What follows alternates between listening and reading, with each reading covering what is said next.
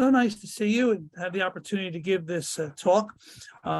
It's a great pleasure to be doing this on behalf of Orbis.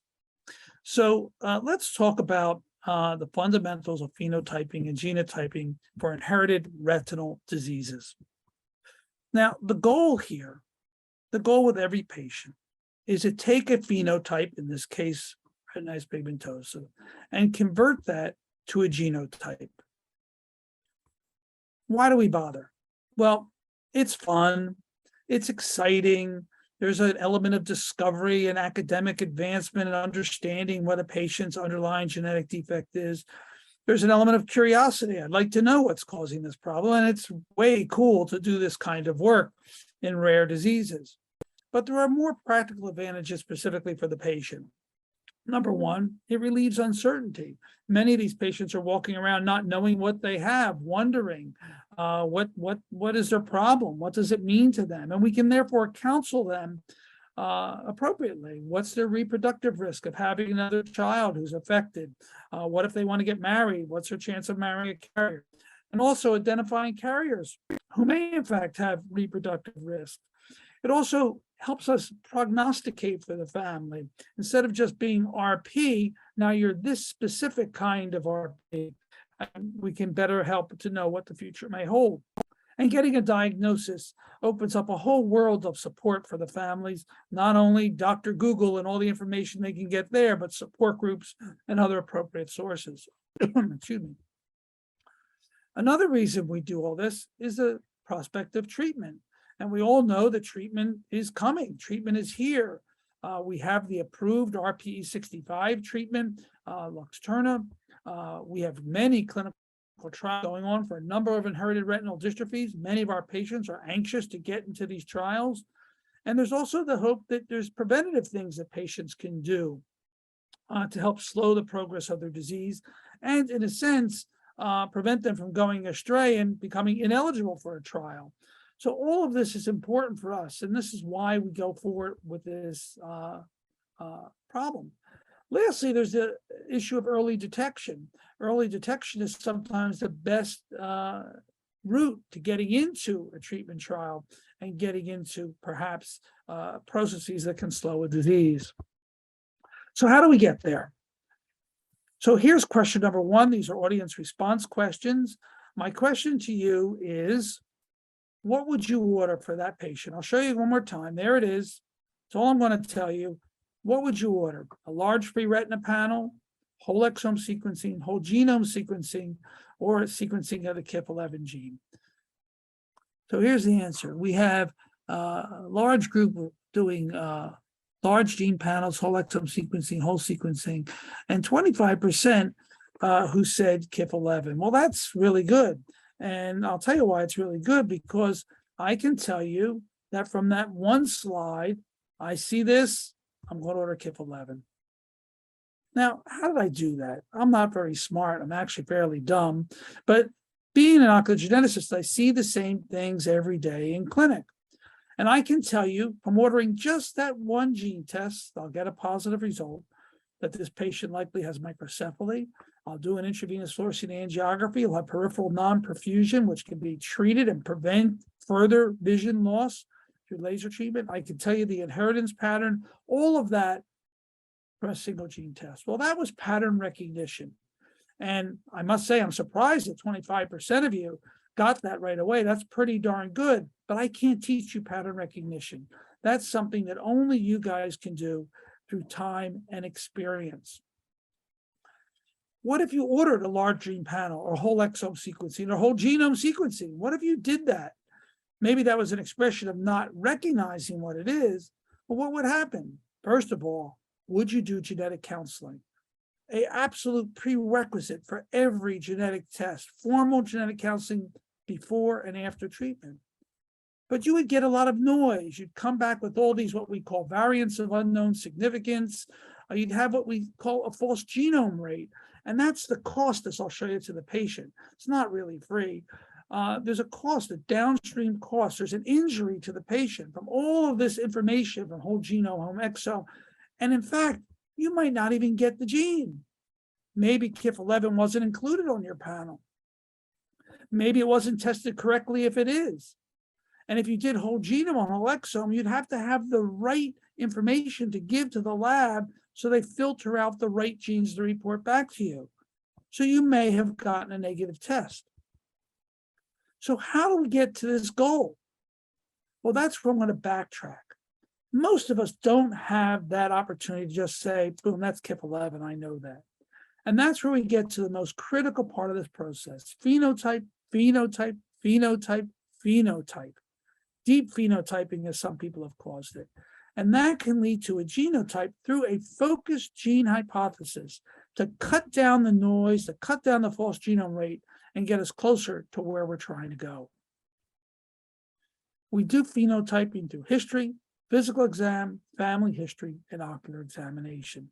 And what I'd like to do is go through each of these to give you some hints and clues to get you closer to a genetic diagnosis.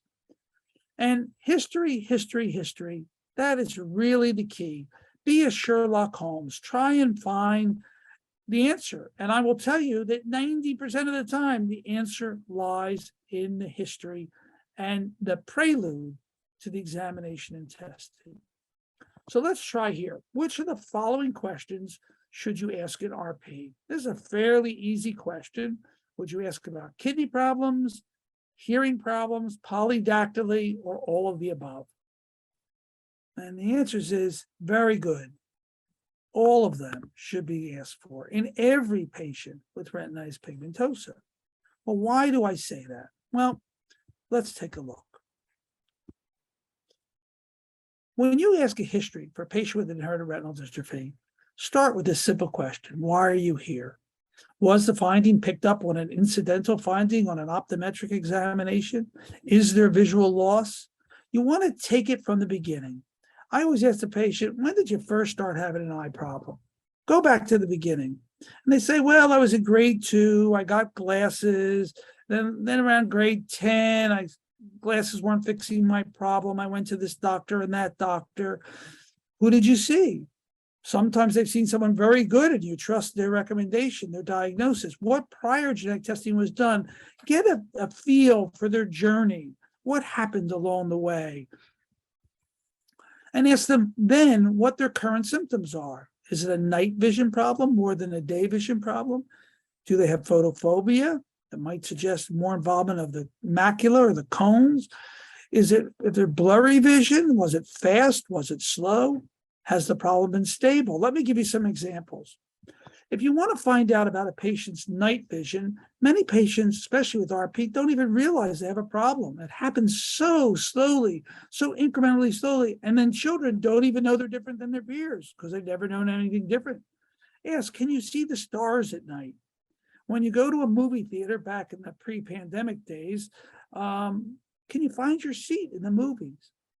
Does a child sleep with a nightlight? And then ask why. Some children sleep with a nightlight just because they like to, but some do it because they wouldn't be able to find their way in the washroom because they're blind at night. Does the child play night games? Does the child like to go play hide and seek? Or when the sun goes down, is this a child who's going in the house? Look for these little clues. When you're trying to assess for color vision, is the patient a night owl? Achromatopsia patients, especially the more severe ones, the parents will say, oh, kid's up all night. I can't get him to go to sleep. When the lights are out, he's so much more comfortable. He's there under his covers with his laptop, looking at the screen. And then you can ask more specific questions with color. For example, in blue chrome monochromatism, patients who have a little bit of nystagmus and decreased vision, X-linked recessive pattern of inheritance, ask if they've seen The Wizard of Oz. Patients with this disorder can't tell when it went from black and white to color. It all looks the same to them. I had a patient who says whenever there's a Western on television, he has to ask his wife if it's in black and white or it's in color. Ask if they can see traffic lights better at night. Another sign of blue chrome monochromatism. Ask about the pace of onset. Certain disorders are known for their fast pace. The neuronal serolipofuscinosis, that is the Batten disorders. Occult macular dystrophy can happen very quickly. Cancer-associated retinopathy, melanoma-associated retinopathy, autoimmune retinopathy. They all come on quickly. Stargardt can sometimes come on quickly. That's very helpful as opposed to that slow cadence retinitis pigmentosa. And then when you have retinitis pigmentosa with macular involvement, that should help to lead you towards Bardet-Biedl syndrome or ABCA4 involvement. Certain things would be unusual in RP to have macular involvement. What was the age of onset? Early onset disorders like Leber congenital amaurosis, early childhood onset retinal dystrophy, and severe early childhood onset retinal dystrophy. Now, these are kids who had problems before they were 10 years old. Did the child ever drive? Did he always need help in school? Did she always have problems navigating? Was her problem identified early? Was there nystagmus, often a sign of early onset? Versus late onset, like late onset retinal dystrophy, which can get you down to a single gene. So it's important to ask these questions. And stability is important. Things like congenital stationary night blindness and achromatopsia really don't change much over time. I see patients who come in with diagnosis of retinitis pigmentosa. They think they're going blind, and I'm happy to tell them they have achromatopsia instead of a cone dystrophy, and that they're not going to get worse. That slow versus fast progression is also a very important question to ask. So as you can see, we're honing in on history that can lead us to a category of problems, if not a single gene. Then you can back off and start to ask about the medical history. Start at the very beginning. Ask about the pregnancy. Were there any problems? Was there any exposures of interest? Was the patient sick during her pregnancy? How was the pregnancy conceived? Was it by in vitro fertilization? And how was the birth? Did the child go home with the parents? Or was he in the neonatal intensive care unit? And if she was, why? What things happened? What went on in the nursery? Subsequently, were there any early surgeries or admissions related to that stay? How can that all be important? Well, here's a patient with peripheral non-perfusion. Well, guess what? There's a long list of things that could do this. And you could see just through history as you go down this list, you could see, was there shaken baby? Was this child admitted with subdural hemorrhage? Incontinentia pigmenti, we'll talk. All of these things will help you. But look what's at the bottom and should be at the very top, retinopathy prematurity. So just knowing the patient was born prematurely and their course in the NICU can collapse this differential diagnosis down very quickly to a single non-genetic cause in this case. When you ask a past medical history, I encourage you to use 5 different lines of questioning. You say to the patient, are you healthy? Oh yeah, I'm perfectly fine. Then you ask, do you have any medical problems? They say, no medical problem. Then you ask, what medications are you taking? They say, well, I'm on digoxin, I'm on Keppra. It's like, you just told me you were healthy. Why are you on all these medications? It's another way to get the patient to respond. And for every medication you list on the chart, you must have an answer. Why are they taking this medication? What is it for? In fact, you might see an antidepressant on there. Many of our patients with inherited retinal dystrophy suffer from depression. And then you might ask, is your depression related to your vision? And that'll get you to an important part of their management. You want to know what vitamins are. Are they unfortunately taking large dose vitamin A, as many patients are, which can make you worse in some patients? Are they on herbal supplements? Are they wasting their money taking things that have no proven efficacy? You can help them with that. Have they had surgery? Make a list of the surgeries. These may be relevant. The patient doesn't know that surgery to remove a finger or to repair a renal defect is important to their retinal dystrophy. Only if you elicit these problems can you make the connections. Have they ever been admitted? Patient says, I'm perfectly fine. I'm on no medications. Have you ever had surgery? Yeah, I had heart surgery when I was a baby. Like, you said you were fine. You have to keep digging. And the 5th way, are there any parts of your body that weren't formed right? These are all ways of teasing out that past medical history to get the answers which you seek. Certain questions become important. Things that suggest a ciliopathy like Bardet-Biedl or Wolfram Syndrome, obesity, polydactyly. And when you're asking obesity, look at the parents. Are they obese as well? Look at the type of obesity. Is it truncal obesity like we see in Bardet-Biedl, or is it total obesity, something different? Has there a history of renal or liver dysfunction? If there's liver dysfunction, is the patient alcoholic? Hearing, did the hearing onset early? Did they have cochlear implants, or was it later in life? Is there developmental delay? And then again, go back to that NICU history. Is there another reason for developmental delay?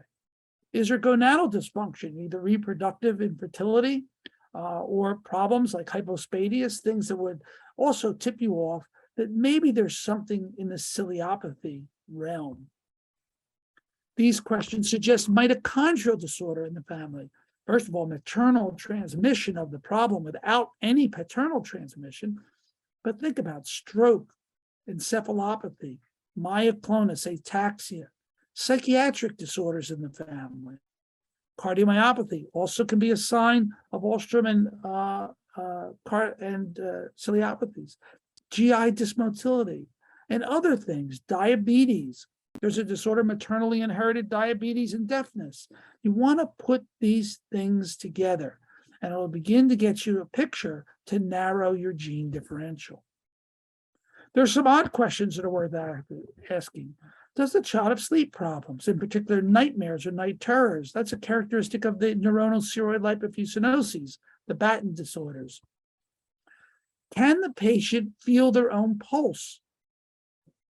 Interesting question. Can they button their buttons on a shirt? Patients that have posterior column defects and have a mutation in their FLCBR1 gene have retinitis pigmentosa and a loss of vibratory sensation and can't do those things. They can't feel their own pulse. I've had patients in the office where I say, can you feel your pulse, and show them how. Can they determine their head size? Can they tell you, oh yeah, I got a small head, microcephaly, that was the KIF11 and some other disorders. Lastly, what about the back of their head? Patient with high myopia.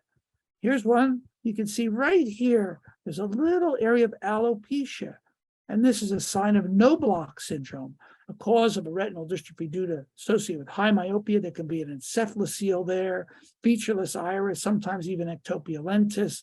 This could help you understand why the patient has the myopic retina that they do. You also want to ask about medications, right? Well, which of these drugs mimics Stargardt disease? Let's let you answer that. I got you this time. It's actually Pitocin, Elmiron. Vitamin A makes Stargardt's worse. It doesn't mimic. That would be a night blindness thing that you would get from vitamin A deficiency. Hypervitaminosis really doesn't cause a retinal dystrophy. So what we see is that this helps us. Pitocin is a drug that can look like a maculopathy, macular dystrophy, just like Stargardt. Ask if the patient's on chemotherapy. Sometimes patients are shy to tell you if they're on chemotherapy. Antipsychotics cause retinopathy. And chloroquine has a distinct picture without the flex and subretinal lipofuscin that we would see in Stargardt's. So you not only need to ask, are you on any medications? You need to specifically ask, have you ever taken these drugs?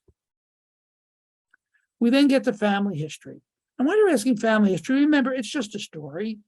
And, you know, when things run in a family, we want to note those. Sometimes we have to examine family members in order to get to our diagnosis on the proband. But you want to know, did anybody have the same problem? Are there any vision problems? And really anything that runs in the family. And you have to dig deep to understand better what they mean by someone with a vision problem. So, for example, you have to ask questions, were there miscarriages? It's a sensitive question, a hard question to ask. But in particular, were they male miscarriages? That's a sign of X-linked dominant disorder.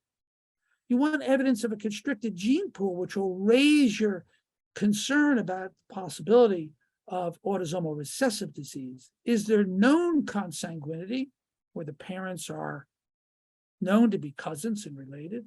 And in some countries, that's very common. And that's okay, but you need to know those geographies. So you have to ask, how did the parents meet? Well, if they met at university, it's unlikely that they're related, but if they met at church, Or maybe they share geography. I had a patient once from a country in Africa. I said, are you and your wife related? They said, no. I said, well, where are they from? He said, well, she's from this village, I'm from that village. I said, well, how close are the villages? He said, well, you cross a little footbridge over the stream to get to the other village. That's a constricted gene pool. Are they from the same religion, especially if it's a religion that is not common in that country? And then you want to know about relationships in the family. Who's adopted, who's married to who had kids with who. And sometimes when you get this information, you get surprises. Kids who didn't know they were adopted, so on and so forth. And when you're doing the family history, you need to see which problems segregate with which individuals. So I saw a family the other day.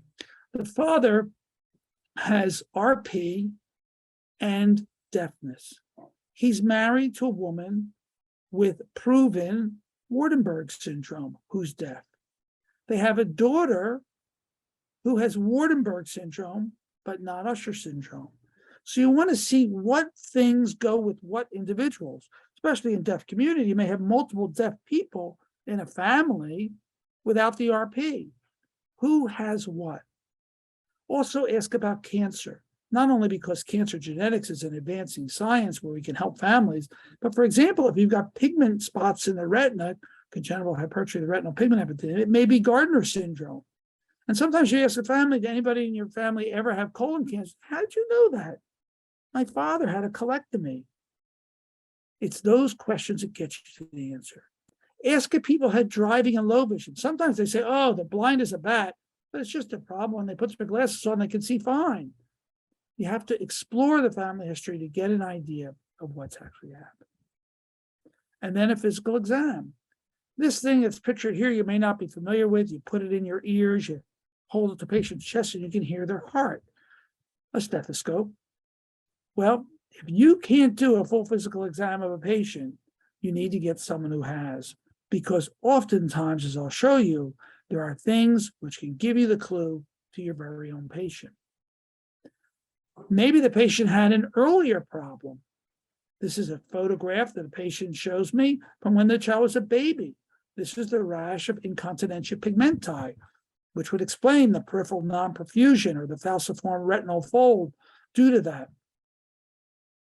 Take the mask off in the pandemic. If you'll notice, this woman has a bifid uvula. She came in for a retinopathy. She's got radial lattice, peripheral lattice, a retinal detachment in one eye, and she has Stickler syndrome. She may not have a cleft palate as associated with this disorder. That's the only sign of the clefting that she has. Here's a boy that came in to see me. Look how he wears his hair. If you didn't look closely, you would notice there's a hearing aid there. He has a cone dystrophy, and he has this. And I said to the mom, could you have him take off his shoes? And mom said to me, is this the eye doctor? Like, what's going on? And sure enough, he has what's called Bowes lines on the nails of his big toes, and he's lost the enamel in his teeth, what's called amelanogenesis imperfecta. And these are the findings which together tell us that he has Heimler syndrome, a retinal dystrophy due to a peroxisomal genes, PEX1 and PEX6. You'd only need to test 2 genes in this patient. Sometimes you have to look really carefully. Look at that circle there. That's circling a little scar on the edge of this patient's hand where she had prior finger removed. She forgot to even tell you have to look. But guess what? I can tell you that patient doesn't have Bardet-Biedl, because if you look at Bardet-Biedl, their hands look different. They have the tapered fingers, and you can see this patient is overweight as well. These details matter, and if you don't seek them, I can tell you, you won't find them. Then, and only then, after you've done your history, asked the history all those different ways, got your family history, did your physical exam, then, and only then, can you do an eye exam. And that's where things begin to fall into place. Look at the pupils. Do the pupils dilate when you give it light? The paradoxical pupil, characteristic of CSNB and other advanced retinal dystrophies? Are the eye movements abnormal? Is there an ophthalmoplegia or ptosis that might suggest a mitochondrial etiology? What's the patient's vision? Of course. Slit lamp examination. What's the cause of the vision defect? The patient may be 2200 from a cataract and have a normal retina. What does the vitreous look like at the slit lamp when you're evaluating a patient for possible vitreoretinopathy, like Stickler syndrome or Wagner syndrome? And please, please don't forget to refract your patients. I've seen patients who've come to me told they're going blind from retinal dystrophy and they just have pathologic myopia. And is their myopia axial or is it lenticular? Is the lens central or is it becoming loose? And what is their best corrected vision? You know, a patient comes to you with 2200 vision. If you can give them glasses and make them 20/50, even with the retinal dystrophy, you're going to be a hero. Don't forget this important step of the exam. And finally, we're doing inherited retinal dystrophies. Look how far we had to come to get to the retina exam. And if you need to, don't be afraid to do an examination under anesthesia or sedation to get a good look at the retina and to get the appropriate diagnostic tests to help you understand what's there. One thing that's very helpful is photography, especially in young kids who can sit, for example, at an Optos or another wide field, maybe non-mydriatic camera. Oftentimes when you see that still shot, you see things that you don't see in real life. But also, photography is wonderful, but you must do an in-person live examination. Can't tell you how many patients I see where I thought there was optic atrophy, but in real life there's not, where the photographic artifact tells you something that isn't there. Use it, but use it with a grain of salt. And then we get to the supportive diagnostic studies. The OCT, usually of the macula, but sometimes the nerve fiber layer can be helpful when you're wondering, is it an optic neuropathy or is it a retinal disease? Fundus autofluorescence, color vision testing, something beyond Ishihara, usually at least a D15 or a D100. Goldman visual field, that's the standard for these patients rather than a Humphrey visual field. There's so much more information you can get from a Goldman.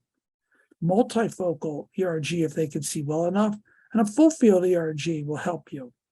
Dark adaptation can be useful. A 3-lead visual evoked potential when you're thinking, could this be an albinotic fundus? That could be helpful for diagnosing albinism or related disorders. And sometimes an intravenous fluorescein angiography, as I showed you, can be useful as well. So now we phenotype.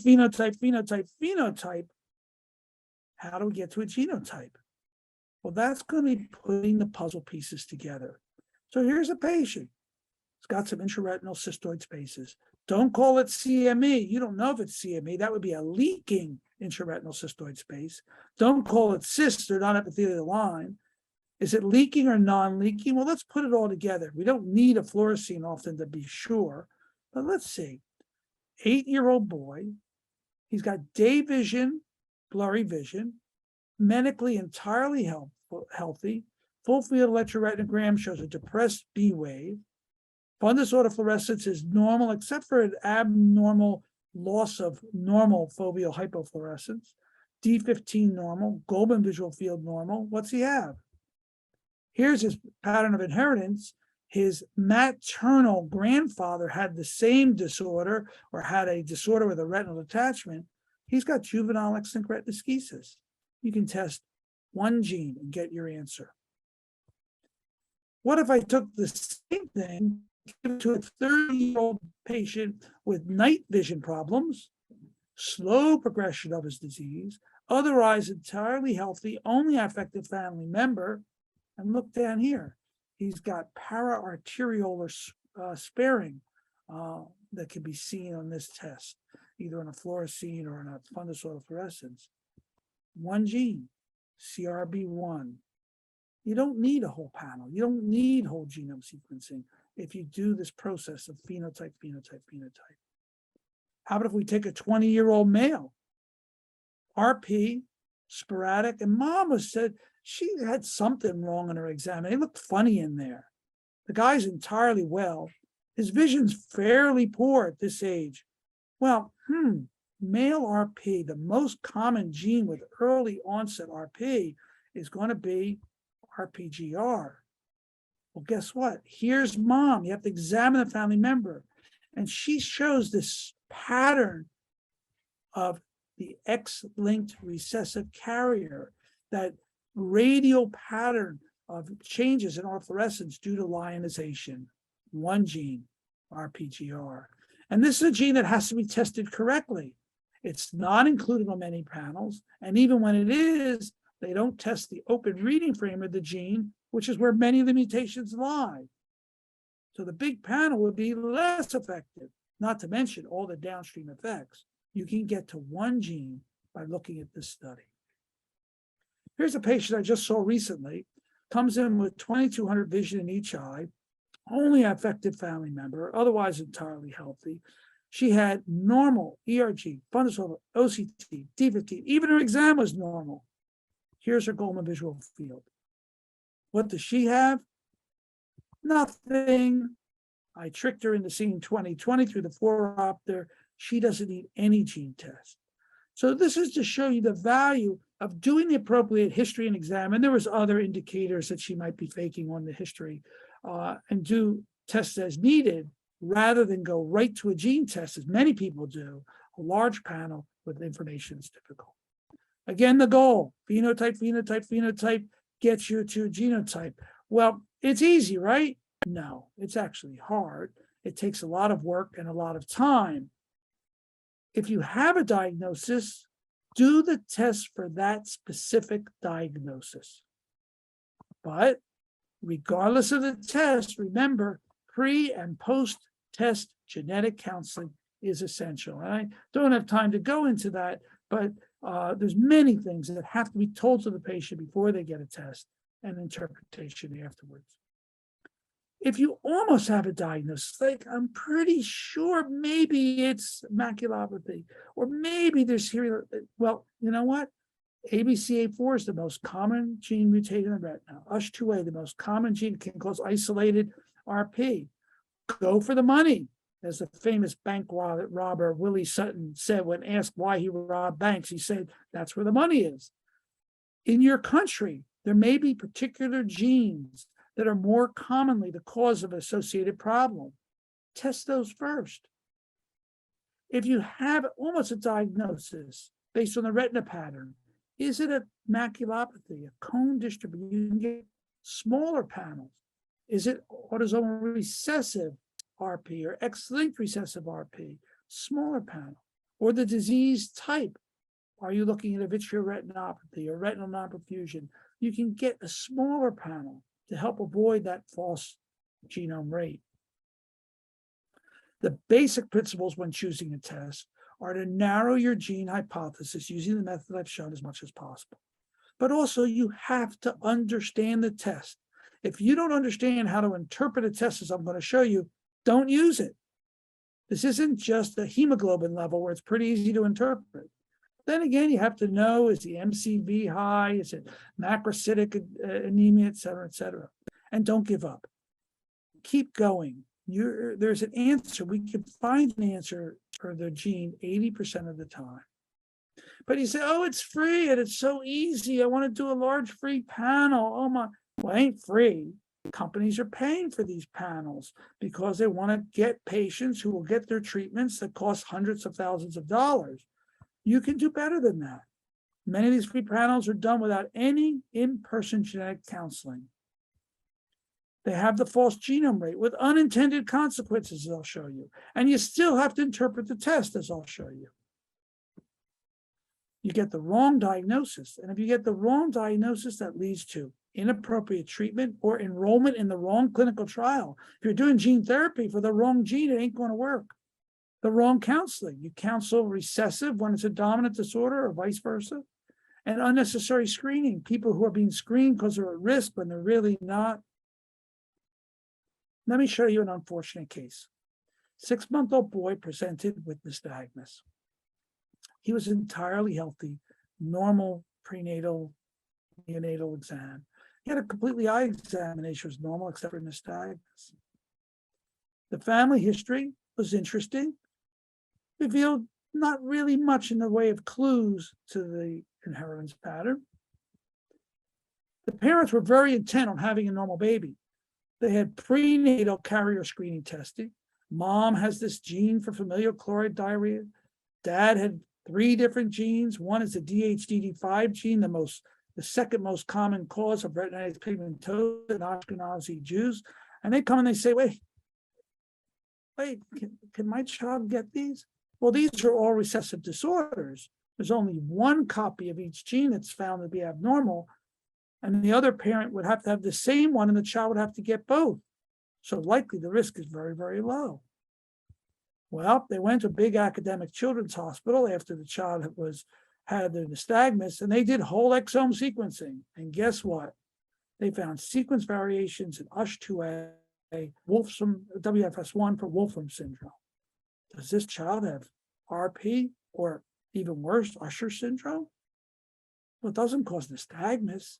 The kids had 2 hearing tests that are normal, but it may be too young to know. Does the child have Wolfram syndrome? A rare recessive or dominant neurodegenerative disease, very rare. Doesn't present with nystagmus.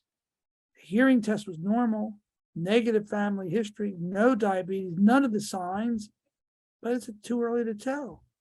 These parents are worried. So then we go through, every time you get a test, all of these tests, and I just put it here to show the amount, not to go through them, but we look for, is the gene mutation in a place that's evolutionary conserved? What's the biologic significance? What do in silico computer models show? Has it been reported in database? What do we know? So on and so forth. We have to test the parents as well to make sure each has one copy, as opposed to the child having both abnormalities on the same chromosome, which would not be as important for this recessive disease. We do the same thing for the Wolfram variant, and guess what we come up with? The child just doesn't have nystagmus. The child does not have mutations, just sequence variants. Usher, no. RP, no. Wolfram, no. Can we be 100% sure? Maybe not. And this is the impact on the parents, the poor parents who are going to wonder every day. I'm still in touch with them. They just can't get it out of the back of their minds that this testing going astray has led them down a road that they don't know where they're going. When you're choosing a test, you can go to this website. Just type in clinical tests, NIH. And this is a site that will tell you what tests are available, where to send, for what genes, so on and so forth.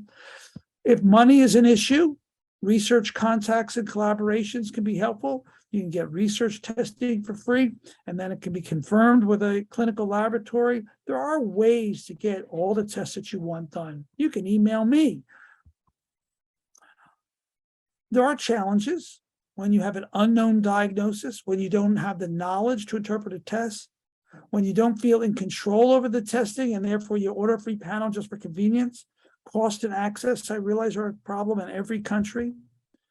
If you don't know a diagnosis and more than one organ system is involved, start with a karyotype or a microarray looking for pieces of chromosome that are extra or deleted, taking out more than one gene. Maybe the problem is similar to something else, and that could help you think, oh, maybe it's this. I could get a candidate gene that I could test that's close to this, or a panel, as I said, for the disease category. Maybe it's 2 diagnoses. Maybe I test for the hearing separately from the RP. There's different ways to tease out the diagnosis. But if you have an unknown diagnosis, all tests that you've done in a focus way are negative, and you have no theory, you just have a patient with RP, sporadic RP, that's when we can turn to something like a large panel, whole exome sequencing, a customized panel exome slide, or if it's mitochondrial, a whole mitome. That's when you do those things, or even whole genome sequencing. And I would say with whole genome sequencing, we use that more when there's really a chance we can do something now for a patient, especially life-saving, where we can do rapid genome to find an answer. Just do it first. Too much information. There are 56 mandatory disclosure actionable genes like fibrillin-1 from Marfan's. But what about the rest? Who wants to know if they're at risk for Alzheimer's disease? And it's costly. And you have to involve the family. There's data management issues. You get results back that are dependent on what you put in, phenotype, phenotype, phenotype, and it ain't perfect. We don't have the answer for everything. Even these tests can be normal due to epigenetics and environmental phenomena. And some things we just don't have an answer for. But we get an answer about 80% of the time. Genetic testing is a process. It requires genetic counseling. It's complex and it's difficult.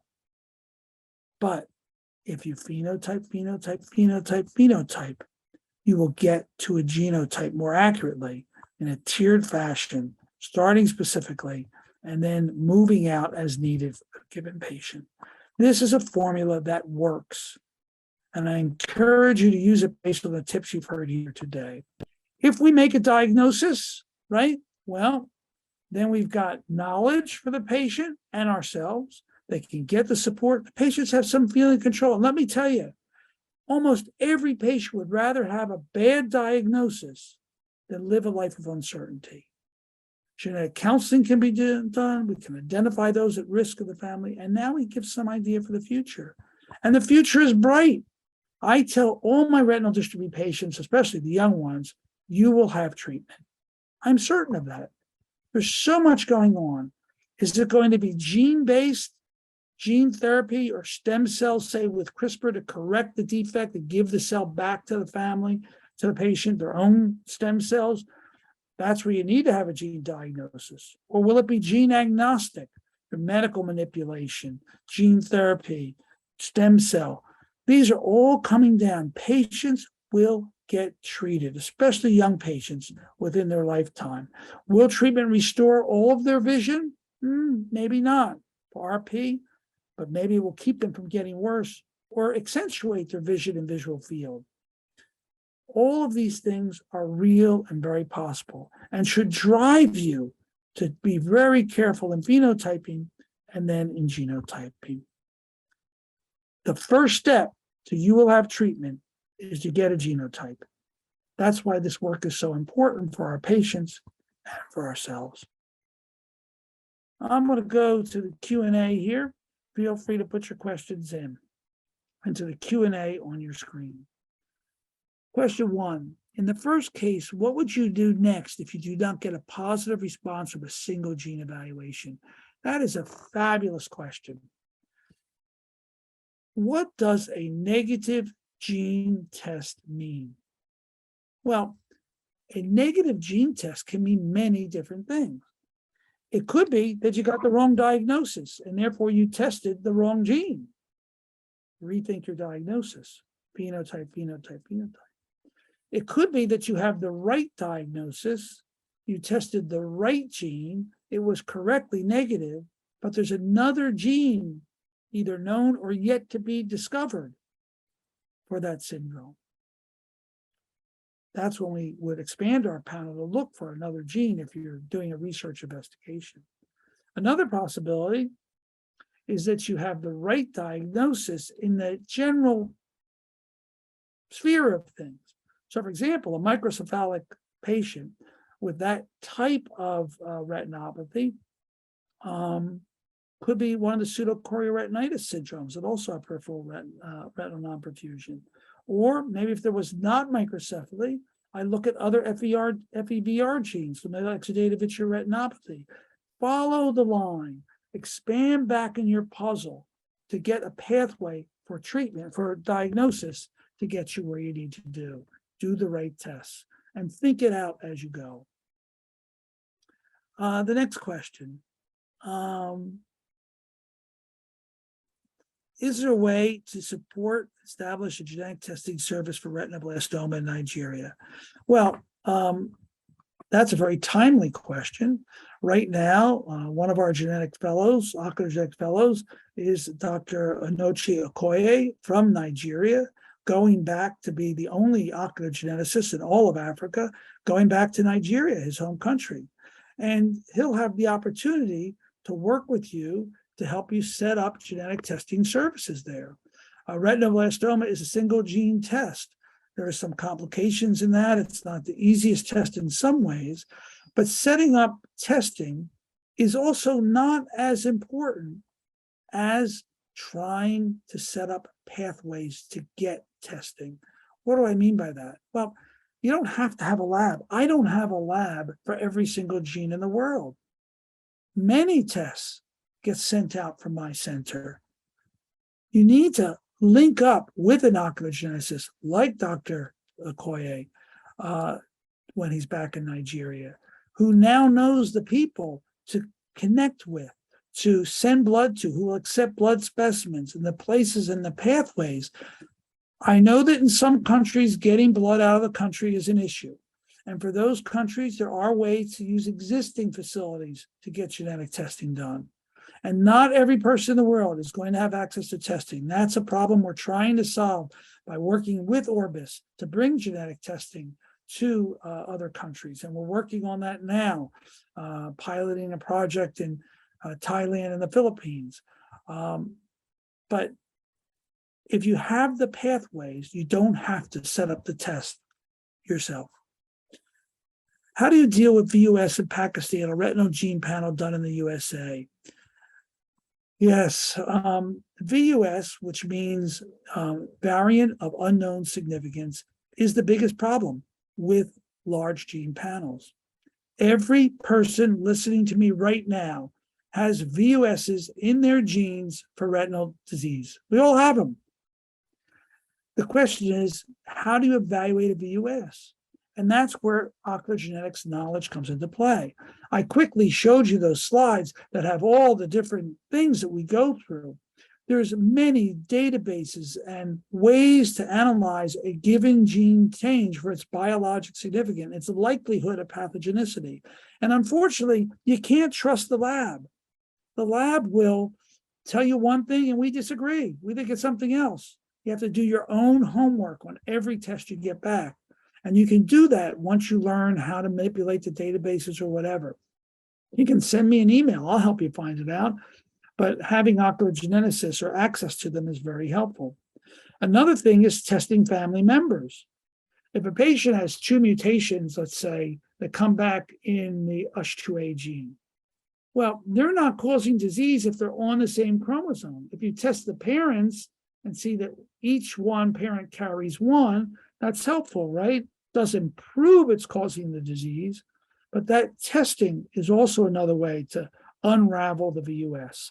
Sometimes it's a VUS, but the phenotype is so darn convincing that helps you turn that VUS into a pathologic change. So it's a lot of work sometimes to analyze those variants. What's the role of coenzyme Q in current serum, vitamin A and RP? A little bit off topic, but I'll just briefly say there's many things called the mitochondrial cocktails that people recommend sometimes for mitochondrial disease. I'm not sure that we've got good evidence that they do anything, coenzyme Q being one of the ingredients of those cocktails. To tell you the truth, mitochondrial specialists, they recommend these all the time. I'm not sure there's any good evidence that they make a difference.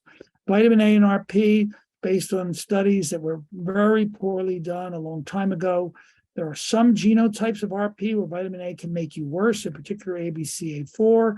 So one has to be very careful. We do not recommend vitamin A for our patients. Can the ERG guide us to narrow the number of genes? Absolutely. Thank you for that question. The full field ERG is going to tell you, is this a rod disorder alone, rod cone rod, or simply a cone disorder? Right there, you got 4 categories of disease, right?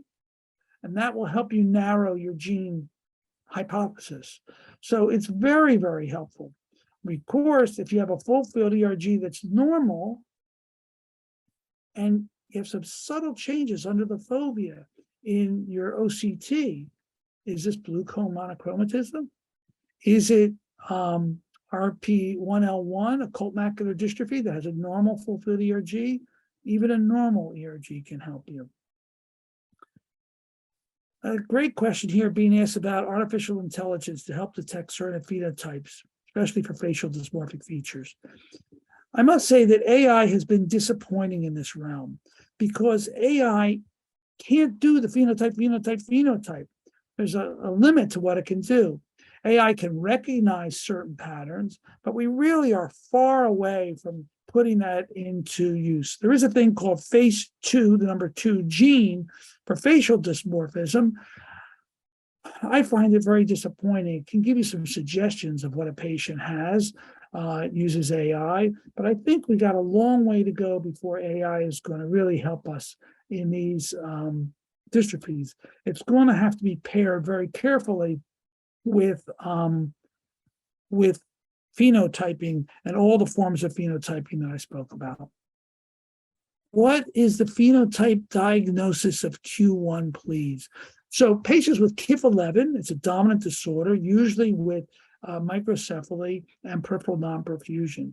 The thing that was so characteristic in that was that patch of silvery, glassy-like chorioretinal changes below the macula, below the inferior arcade. That's a very characteristic finding in KIF11 and should make you think of that disorder right away when you see it, along with the other findings. Now, would I, and thank you for this question, would I have taken that patient or that picture and ordered a genetic test? No, I would not. I would have done phenotype, phenotype, phenotype, phenotype.